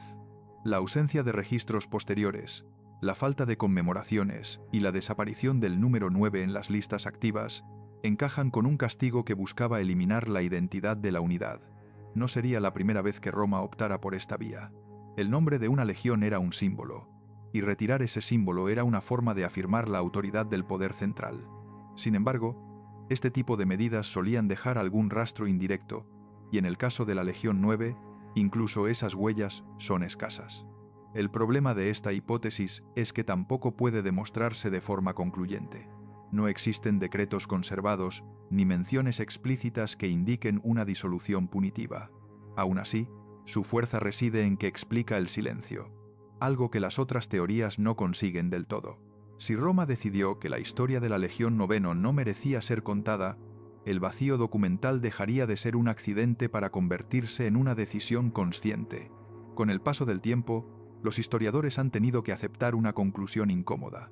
No existe una respuesta definitiva sobre el destino de la Legión Noveno hispana. El consenso actual no afirma una única explicación, sino que delimita lo que puede descartarse y lo que permanece abierto. Sabemos que la Legión existió, que operó durante décadas y que estuvo en Britania en un momento clave. Sabemos también que, a partir de cierto punto, desaparece de las fuentes sin explicación clara. La mayoría de los especialistas coinciden en que una simple derrota local no basta para explicar el silencio total. Tampoco un traslado ordinario encaja con la ausencia de registros posteriores. La disolución deliberada ofrece una vía interpretativa sólida, pero carece de pruebas directas. En resumen, todas las hipótesis explican algo, pero ninguna lo explica todo. Y ese es el rasgo que define a los grandes enigmas históricos. Este caso ha servido además para recordar algo fundamental sobre la historia antigua. Dependemos de lo que se escribió y de lo que sobrevivió. Roma fue una civilización prolífica en registros, pero incluso así dejó vacíos. La Legión Nuevo Hispana se sitúa precisamente en uno de esos huecos, donde la documentación se rompe y la reconstrucción se vuelve especulativa. No es un fallo del método histórico, sino una de sus limitaciones inevitables. Por eso, la desaparición de la Legión Novena hispana sigue siendo uno de los mayores enigmas del mundo romano. No porque falten teorías, sino porque falta una prueba decisiva. La historia de Roma está llena de batallas, conquistas y derrotas documentadas con detalle. Frente a ese ruido, el silencio que rodea a esta legión resulta ensordecedor. Es un recordatorio de que incluso los imperios más organizados pueden perder fragmentos enteros de su propia memoria. La Legión Noveno no ha sobrevivido en los textos como una victoria ni como una derrota, sino como una ausencia. Y en historia, las ausencias persistentes suelen ser más reveladoras que muchos relatos completos. Nos obligan a aceptar que el pasado no siempre ofrece respuestas claras y que algunos episodios por importantes que hayan sido, desaparecen sin explicación. Ese es, en última instancia, el legado de la Legión Novenoz Hispana, una unidad real, poderosa y veterana, que fue borrada del relato oficial de Roma. No sabemos exactamente cómo ni por qué. Y precisamente por eso, su historia sigue abierta, recordándonos que incluso el imperio más documentado de la antigüedad dejó preguntas sin resolver. La llama del cielo, de los Chachapoyas, Perú. El relato comienza con un día que no se parecía a ningún otro. Según la memoria ancestral chachapoya, el cielo cambió de forma repentina. No fue una tormenta común, ni un fenómeno lento. Fue una luz intensa que apareció de golpe. Una claridad abrasadora que descendió desde lo alto y transformó la noche en día. El aire se volvió irrespirable, el suelo tembló, y el fuego cayó desde el cielo como si el firmamento se hubiera abierto. A ese evento lo llamaron, generación tras generación, la llama del cielo. La descripción no habla de presagios ni de dioses que castigan. Habla de calor extremo, de estruendo, de miedo colectivo. Habla de algo que ocurrió una sola vez y que dejó una huella imposible de borrar. El relato insiste en la violencia del momento, una fuerza que no venía de la tierra, que no se podía detener y que alteró el mundo conocido en cuestión de instantes.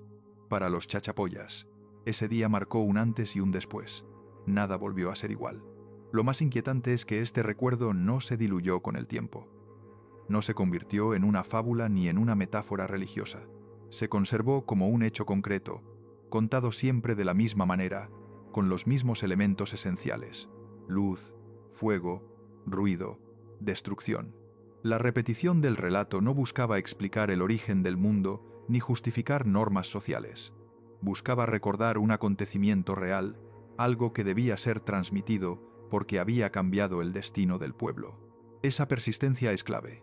Las culturas suelen olvidar lo anecdótico y exagerar lo simbólico. Aquí ocurre lo contrario. La llama del cielo se mantiene como un recuerdo incómodo, casi traumático. No glorifica a nadie, no ofrece consuelo. Solo deja constancia de que algo externo, violento e inesperado, descendió desde lo alto y golpeó la tierra con una fuerza que superaba cualquier experiencia conocida. Eso explica por qué el relato sobrevivió intacto durante siglos. El segundo elemento que refuerza el impacto de esta historia es su alcance colectivo. No se trata de una experiencia individual ni de un episodio localizado. El recuerdo habla de un fenómeno que afectó a comunidades enteras, a territorios amplios y a la forma misma de habitar el paisaje. No es la historia de un testigo aislado, sino la memoria compartida de un desastre. Para que un pueblo entero conserve un recuerdo así, el evento tuvo que ser extraordinario. La llama del cielo se recuerda como algo visible desde lejos, imposible de ignorar. No fue un suceso silencioso ni discreto. Fue ruidoso, brillante y devastador.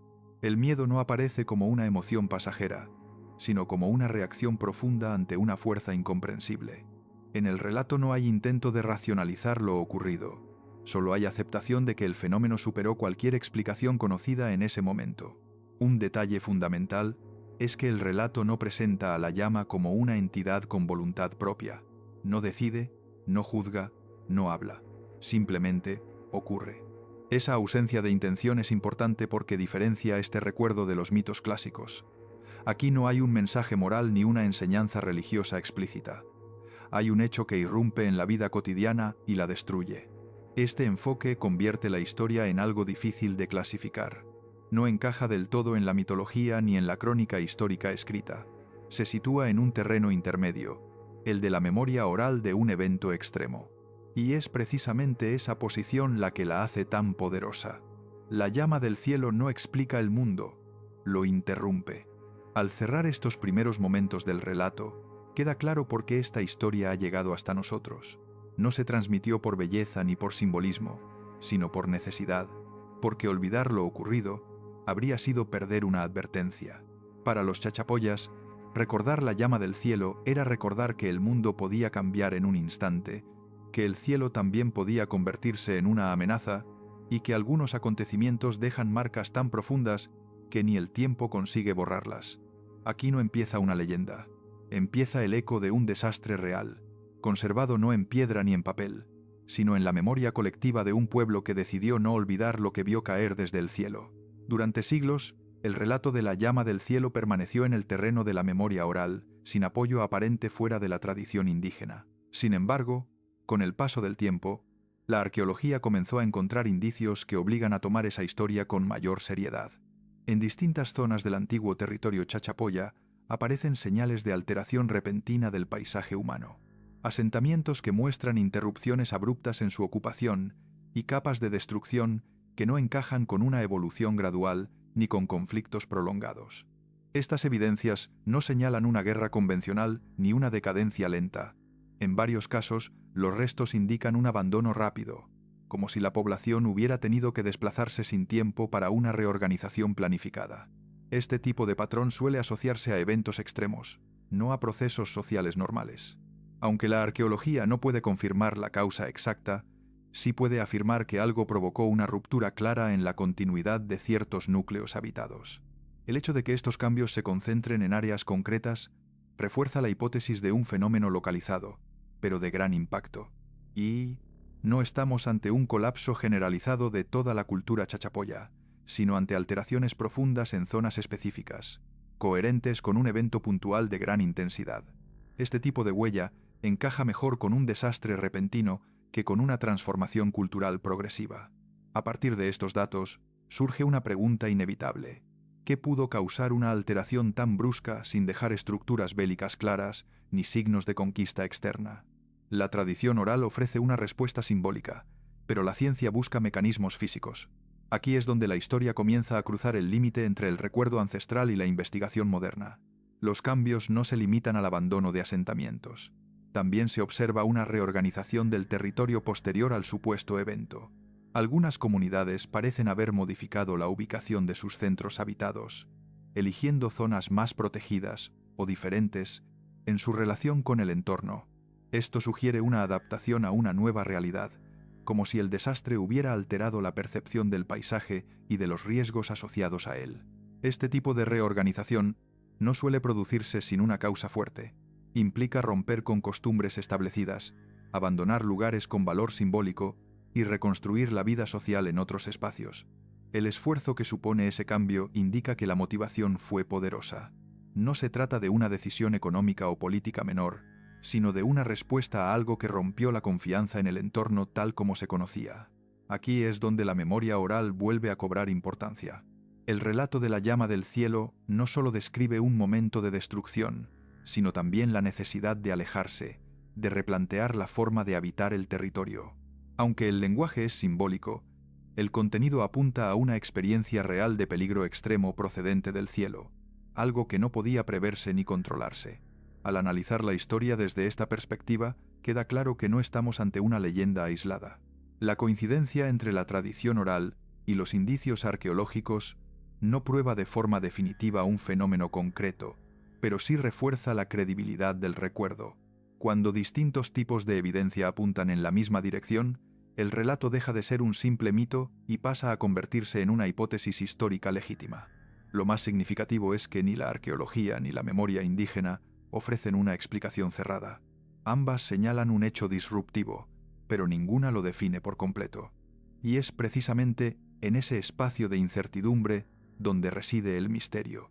La llama del cielo no puede demostrarse de forma absoluta, pero tampoco puede descartarse sin más. Su huella, aunque fragmentaria, sigue presente en el territorio y en la memoria. En este punto, la historia deja de ser solo un relato ancestral y se transforma en una pregunta abierta para la ciencia. ¿Qué tipo de evento puede dejar cicatrices físicas, alterar el patrón de asentamiento y al mismo tiempo sobrevivir durante siglos en la memoria oral de un pueblo? La respuesta no es sencilla, pero el cruce entre arqueología y tradición sugiere que la llama del cielo podría haber sido mucho más que una metáfora. Para comprender por qué este recuerdo sobrevivió durante tanto tiempo, es necesario detenerse en quiénes eran realmente los chachapoyas. No se trataba de un pueblo aislado ni culturalmente simple.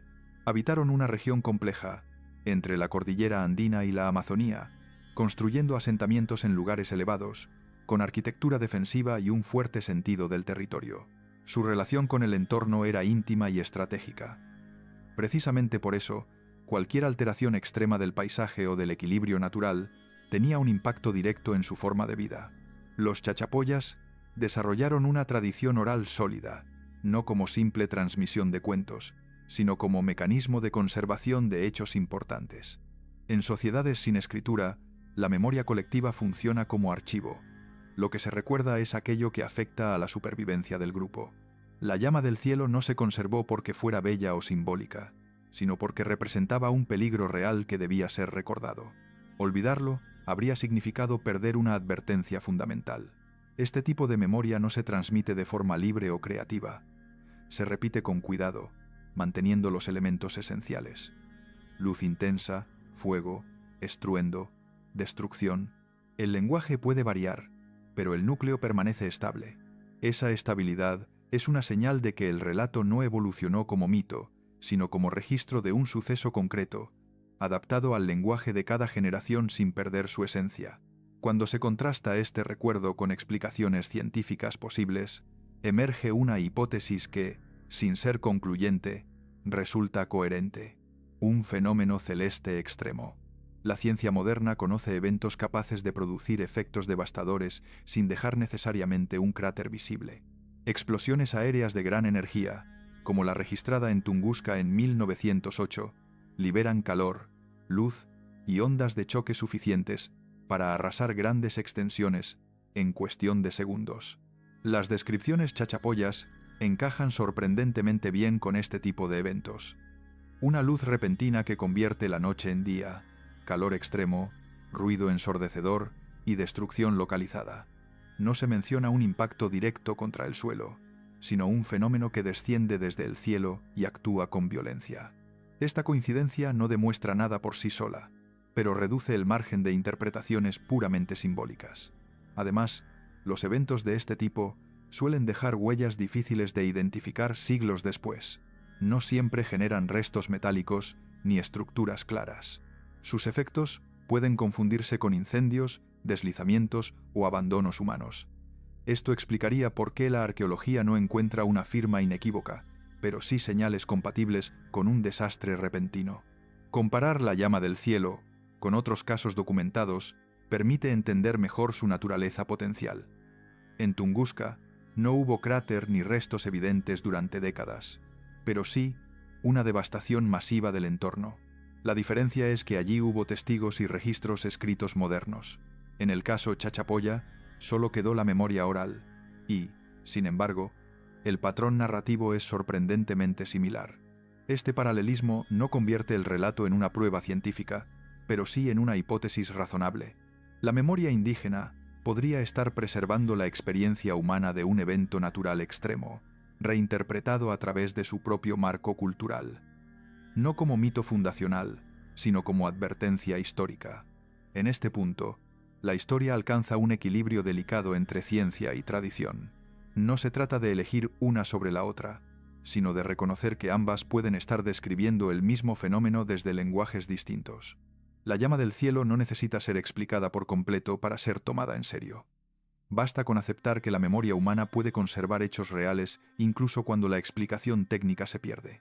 Así, la historia de los chachapoyas deja de ser una curiosidad local para convertirse en un ejemplo más amplio de cómo los pueblos antiguos registraron desastres naturales sin escritura, utilizando el único recurso disponible, la memoria colectiva. Y en ese registro, aunque fragmentario, puede estar escondida la huella de un evento que la historia oficial nunca llegó a escribir. A pesar de la fuerza del relato y de los indicios arqueológicos, hay una ausencia evidente. El evento no aparece en los registros coloniales tempranos. Los cronistas españoles, que recorrieron el territorio chachapoya, documentaron costumbres, conflictos y paisajes, pero no dejaron constancia directa de una llama del cielo. Esta omisión no invalida el suceso, más bien refleja los límites y sesgos de las fuentes escritas. Los cronistas tendían a registrar lo que podían interpretar desde su propio marco cultural, y los relatos indígenas sobre fenómenos antiguos solían ser descartados como superstición. Además, cuando los españoles llegaron, el evento ya pertenecía a un pasado remoto. No se trataba de un hecho reciente ni visible, sino de un recuerdo transmitido durante generaciones. La prioridad de los cronistas no era reconstruir desastres ancestrales, sino describir el presente político y religioso de los pueblos que encontraban. En ese contexto, la memoria oral indígena quedó relegada, pese a contener información potencialmente histórica. Esta desconexión entre memoria oral y registro escrito es clave para entender por qué el suceso no figura en la historia oficial. La ausencia de escritura no implica ausencia de conocimiento, pero sí dificulta su validación posterior. Durante siglos, la historiografía ignoró estos relatos por no ajustarse a los criterios documentales europeos. Solo recientemente se ha empezado a reconocer que la tradición oral puede conservar datos reales sobre eventos naturales extremos. La historia de la llama del cielo se sitúa precisamente en ese límite. No puede demostrarse de forma absoluta, pero tampoco puede descartarse sin más. La coincidencia entre el relato, los cambios arqueológicos y las hipótesis científicas plausibles obliga a tratarla con seriedad. Aquí, la duda no debilita el relato, lo convierte en un caso legítimo de investigación histórica interdisciplinar. Este episodio nos deja una enseñanza más amplia. La historia humana no se conserva solo en documentos y monumentos. También vive en la memoria colectiva de los pueblos, especialmente de aquellos que no dejaron escritura. Ignorar esas memorias es aceptar una versión incompleta del pasado. En el caso de los chachapoyas, su recuerdo de un fenómeno celeste extremo podría ser una de las pocas huellas que quedan de un evento real que alteró su mundo. El cierre de esta historia no ofrece una respuesta definitiva, y no la necesita. Su valor reside en mostrar cómo la memoria ancestral puede actuar como archivo, preservando hechos que la historia oficial nunca llegó a registrar. La llama del cielo no es una prueba concluyente de un impacto cósmico, pero sí un recordatorio de que el cielo también ha sido, en ocasiones, un agente de destrucción en la experiencia humana. Así, esta historia se convierte en algo más que un misterio local. Es una invitación a mirar el pasado con una perspectiva más amplia, donde ciencia y tradición no se excluyen, sino que se complementan. Porque a veces, cuando los documentos callan, la memoria es lo único que queda para contar lo que ocurrió. La inundación que arrasó la primera ciudad de Egipto. La escena que reveló la catástrofe de Hieracómpolis no habla de un proceso lento ni de un desastre anunciado. Habla de violencia súbita. Las excavaciones sacaron a la luz viviendas destruidas, muros derribados y restos humanos mezclados con sedimentos, como si todo hubiera sido arrastrado sin orden ni control. No hay señales de evacuación progresiva ni de adaptación previa. Lo que aparece en el registro arqueológico es el resultado de un impacto repentino, capaz de destruir en poco tiempo un asentamiento habitado. Los restos muestran objetos domésticos desplazados de su lugar original, cuerpos en posiciones caóticas y capas de material depositadas de forma irregular. Este tipo de evidencia no corresponde a una inundación previsible. Cuando el agua sube de manera gradual, las personas reaccionan, abandonan espacios, protegen bienes, se reubican. Aquí no ocurrió eso. Todo indica que el desastre sorprendió a la población sin margen de respuesta. La ciudad fue golpeada cuando aún estaba viva y funcionando con normalidad. Este primer impacto es clave para entender la magnitud del evento. No se trató de una pérdida parcial ni de daños menores. La destrucción fue lo suficientemente intensa como para dejar una huella clara y concentrada en el registro arqueológico. Hieracómpolis no fue simplemente afectada, fue interrumpida. Su continuidad se rompió en un momento concreto, marcado por la entrada violenta del agua. El segundo elemento que refuerza esta interpretación es la forma en que el agua actuó.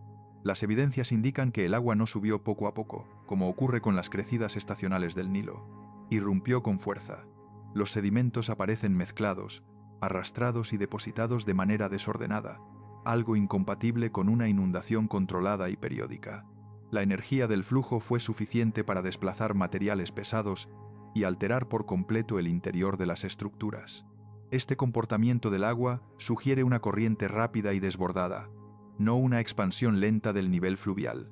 Las crecidas normales del Nilo, aunque importantes, seguían patrones conocidos y relativamente estables. La población egipcia aprendió muy pronto a convivir con ellas. Lo que ocurrió en Hieracómpolis fue distinto. El agua se comportó como una fuerza caótica, inesperada y destructiva. Este detalle es crucial, porque desmonta una explicación sencilla. No estamos ante un episodio más del ciclo natural del Nilo. El patrón de daño no encaja con lo que se observa en otras zonas afectadas por inundaciones estacionales. Aquí hay signos claros de un evento hidrológico extremo, algo fuera de la norma, que superó cualquier experiencia previa de la comunidad. El tercer punto confirma definitivamente esta lectura. Al analizar el conjunto de daños, los arqueólogos concluyeron que el patrón es incompatible con una inundación normal, no solo por la intensidad, sino por la localización y la forma del impacto. El desastre afectó de manera concentrada a zonas específicas del asentamiento, como si el agua hubiera llegado de forma repentina desde un punto concreto, en lugar de extenderse de manera uniforme desde el río. Además, no hay evidencias de una recuperación inmediata tras el evento. La ocupación del lugar cambia, se reorganiza o se interrumpe. Esto indica que la inundación no fue un inconveniente temporal, sino un golpe estructural que obligó a replantear la forma de habitar el espacio. Una crecida habitual se asume y se supera. Una catástrofe obliga a cambiar. Este conjunto de indicios, destrucción súbita, irrupción violenta del agua y un patrón de daño anómalo, convierte la inundación de Hieracómpolis en algo excepcional dentro del contexto egipcio. En una civilización que basó su estabilidad en el control del agua, este evento representa lo contrario, el momento en que el agua se volvió incontrolable. Así comienza esta historia, no con un mito ni con una interpretación simbólica, sino con una evidencia física clara, un asentamiento antiguo golpeado por una fuerza hídrica extrema, en un momento en que Egipto aún no tenía escritura para dejar constancia de lo ocurrido. Lo que sabemos hoy no proviene de textos, sino de los restos silenciosos de una ciudad que fue sorprendida por el agua antes de que existieran los faraones. Uno de los elementos más claros que permiten identificar la catástrofe es la estratigrafía del yacimiento. Las excavaciones muestran una capa bien definida de sedimentos que sella de forma abrupta un nivel de ocupación anterior. No se trata de acumulaciones graduales ni de depósitos sucesivos propios de una ocupación prolongada. Es una capa única, compacta, que actúa como una frontera física entre dos momentos distintos en la historia del asentamiento. Antes de ella, la ciudad funciona con normalidad. Después, el patrón cambia. Este tipo de sellado estratigráfico es típico de eventos repentinos. La naturaleza no tuvo tiempo de ordenar el depósito. El material aparece mezclado, con restos orgánicos, fragmentos arquitectónicos y objetos cotidianos atrapados en el mismo nivel.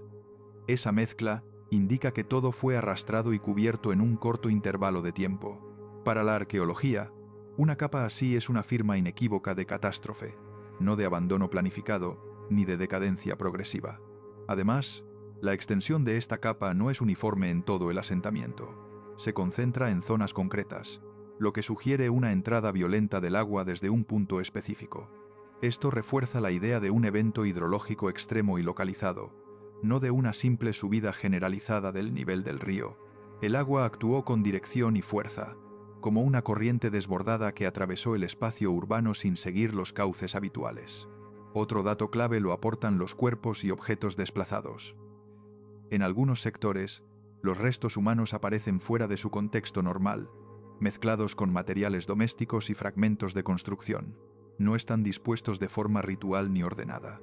Tampoco muestran signos de enterramiento posterior. Todo indica que fueron arrastrados por la fuerza del agua, quedando atrapados donde la corriente los depositó. Este tipo de disposición no se observa en inundaciones estacionales. En esos casos, las personas suelen evacuar, y los objetos valiosos se protegen o se recuperan después. Aquí no hay señales de ese comportamiento. Los objetos quedaron donde la corriente los dejó.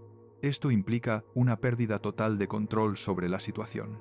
El agua no dio tiempo a reaccionar. La energía necesaria para mover cuerpos y materiales pesados dentro de un asentamiento no es menor. Exige una velocidad y un volumen de agua superiores a los de una crecida normal. Este dato técnico refuerza la interpretación de un evento excepcional, capaz de transformar en minutos lo que había sido un espacio habitado durante generaciones. El sexto punto completa el cuadro al analizar el alcance del desastre. A diferencia de otras grandes catástrofes fluviales, la inundación de Hieracómpolis no afectó a todo Egipto por igual. No se observan señales equivalentes en otros asentamientos contemporáneos del Valle del Nilo. Esto descarta una crecida generalizada del río, y apunta a una causa localizada, posiblemente relacionada con lluvias extremas en áreas concretas o con el colapso repentino de una presa natural. Esta localización del daño es fundamental para entender el misterio. Si el Nilo hubiera experimentado una crecida fuera de lo común en todo su curso, el impacto habría sido amplio y bien documentado en múltiples yacimientos. Aquí ocurre lo contrario.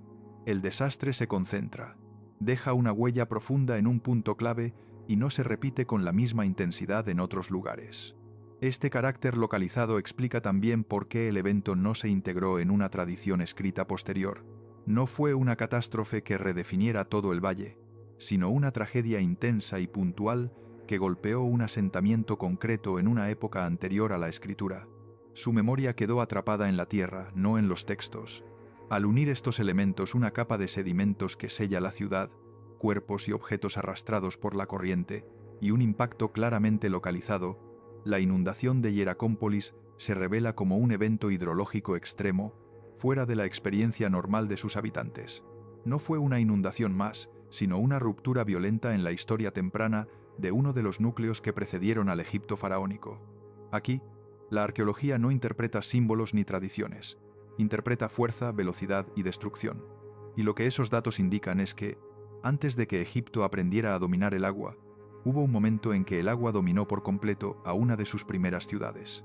Para comprender el alcance real de la catástrofe, es necesario retroceder un paso y entender qué era Hieracómpolis antes del desastre. No se trataba de un asentamiento menor ni marginal. Fue uno de los centros más importantes del Egipto predinástico, un núcleo político, religioso y económico en formación. Allí se concentraban actividades rituales, producción artesanal y una organización social cada vez más compleja. Su ubicación estratégica junto al Nilo no era casual. El río era fuente de vida, de control del territorio y de estabilidad. Precisamente por eso, el impacto de una inundación incontrolada en un lugar así fue devastador. Hieracómpolis representaba un experimento temprano de convivencia con el agua. La comunidad ya había aprendido a anticipar las crecidas normales y a integrarlas en su ciclo anual. El desastre rompe esa lógica. No fue una lección gradual, sino un golpe abrupto que dejó claro que el agua podía escapar por completo al control humano. Tras el evento, los patrones de ocupación cambian. La evidencia arqueológica muestra una reorganización del asentamiento. Algunas zonas se abandonan, otras se reutilizan de manera distinta, y la distribución del espacio deja de responder al modelo anterior. Este tipo de reorganización no suele producirse tras una simple crecida estacional. Implica una revisión profunda de las decisiones sobre dónde vivir, construir y concentrar actividades. Este cambio refleja algo más que una respuesta práctica. Indica una transformación en la percepción del riesgo. El entorno, que hasta entonces había sido predecible, se revela como potencialmente hostil. En sociedades tempranas, esa toma de conciencia tiene consecuencias duraderas. No solo se ajusta la arquitectura, se ajusta la relación con el territorio. El desastre actúa como punto de inflexión. A partir de aquí surge una pregunta clave. ¿Qué pudo causar una inundación de tal magnitud y violencia? La ciencia no ofrece una respuesta única, pero sí varias hipótesis plausibles.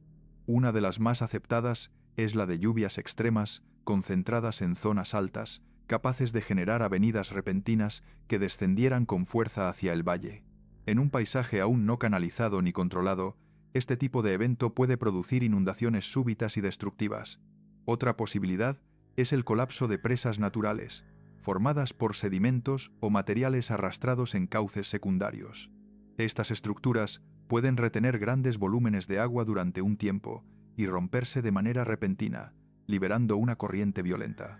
Este tipo de colapso explicaría la energía del flujo, su carácter localizado y la ausencia de señales equivalentes en otros asentamientos del Nilo. Ambas hipótesis tienen algo en común. Describen un evento raro, difícil de prever y extremadamente peligroso. No son fenómenos cotidianos, sino excepciones dentro del comportamiento normal del sistema fluvial. Esto encaja con el carácter extraordinario de la inundación registrada en Hieracómpolis. Lo importante es que ninguna de estas explicaciones requiere elementos externos o sobrenaturales. La catástrofe puede entenderse como el resultado de dinámicas naturales extremas en un momento en que las comunidades humanas aún no disponían de medios para controlarlas. Sin embargo, Para quienes la vivieron, el efecto debió de ser indistinguible de una fuerza caótica e incomprensible. Este punto conecta directamente con una idea central en la historia egipcia: la obsesión posterior por dominar el agua y el caos. Aunque este evento ocurrió antes de la escritura y de los faraones, su impacto pudo contribuir a una memoria colectiva temprana sobre el peligro del desorden hídrico. La necesidad de control, previsión y regulación del Nilo no surge de la nada, se construye sobre experiencias traumáticas como esta. Así, la inundación de Hieracómpolis no es solo un episodio aislado, es una ventana a un momento crítico, cuando una comunidad temprana comprendió que su supervivencia dependía de algo más que la fertilidad del río. Dependía de su capacidad para anticipar, canalizar y, sobre todo, temer el poder del agua. Uno de los aspectos más llamativos de esta catástrofe es que no quedó reflejada en textos antiguos, sencillamente porque ocurrió antes de que Egipto desarrollara la escritura. En el período predinástico, los acontecimientos no se registraban en papiros ni en inscripciones monumentales. La memoria de lo ocurrido dependía del recuerdo colectivo y de la transmisión oral, un sistema frágil cuando los siglos pasan y las culturas cambian.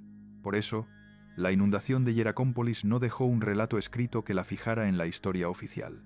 Cuando la escritura apareció y el Estado egipcio empezó a consolidarse, el desastre ya pertenecía a un pasado lejano. Los escribas se centraron en glorificar el orden, la estabilidad y la continuidad del poder. Los episodios de caos anteriores a ese orden no eran prioritarios para la narrativa que Egipto quería construir sobre sí mismo. Así, el silencio documental no indica que el evento no existiera, sino que no encajaba en el relato que se quiso preservar. Este punto es crucial para entender cómo funciona la historia antigua. No todo lo que ocurrió fue registrado, y no todo lo registrado sobrevivió. En muchos casos, la arqueología es la única vía para reconstruir episodios que quedaron fuera de la memoria escrita. Hieracómpolis es uno de esos casos. Una catástrofe real, intensa y localizada, cuya existencia solo puede rastrearse a través de sedimentos, restos humanos y cambios en la ocupación del espacio. El análisis de este evento también permite comprender mejor la mentalidad egipcia posterior. El antiguo Egipto desarrolló una visión del mundo basada en la oposición entre el orden y el caos. El control del Nilo se convirtió en una obsesión central del Estado, tanto a nivel práctico como simbólico. Las crecidas debían ser previsibles, canalizadas y convertidas en fuente de vida, no de destrucción. Esa necesidad de control no surgió por casualidad. Aunque no podamos establecer una línea directa, es razonable pensar que experiencias tempranas de inundaciones incontroladas influyeron en esa mentalidad. La memoria de lo que ocurre cuando el agua se desborda sin límites pudo quedar grabada en la cultura incluso si los detalles concretos se perdieron. Hieracómpolis representa el recuerdo físico de un caos hídrico anterior al orden faraónico. Desde esta perspectiva, la inundación no es solo un desastre local, sino una pieza más en el proceso por el cual las comunidades del Nilo comprendieron la necesidad de organización, previsión y control colectivo. Antes de templos, leyes y dioses asociados al orden, hubo experiencias que demostraron lo que ocurría cuando ese orden no existía. El cierre de esta historia no ofrece una fecha exacta ni una causa única, y no lo necesita. Su valor reside en mostrar cómo la arqueología puede sacar a la luz catástrofes olvidadas, episodios que no quedaron escritos pero que influyeron en la forma en que las civilizaciones se desarrollaron. La inundación de Hieracómpolis es una de esas huellas silenciosas. Lo que queda es una certeza básica. En los orígenes de Egipto, antes de los faraones y de los textos sagrados, hubo un momento en que el agua dejó de ser aliada y se convirtió en amenaza absoluta. Y aunque la historia escrita no lo recuerde, la tierra aún conserva la marca de aquel día en que el caos se impuso al orden.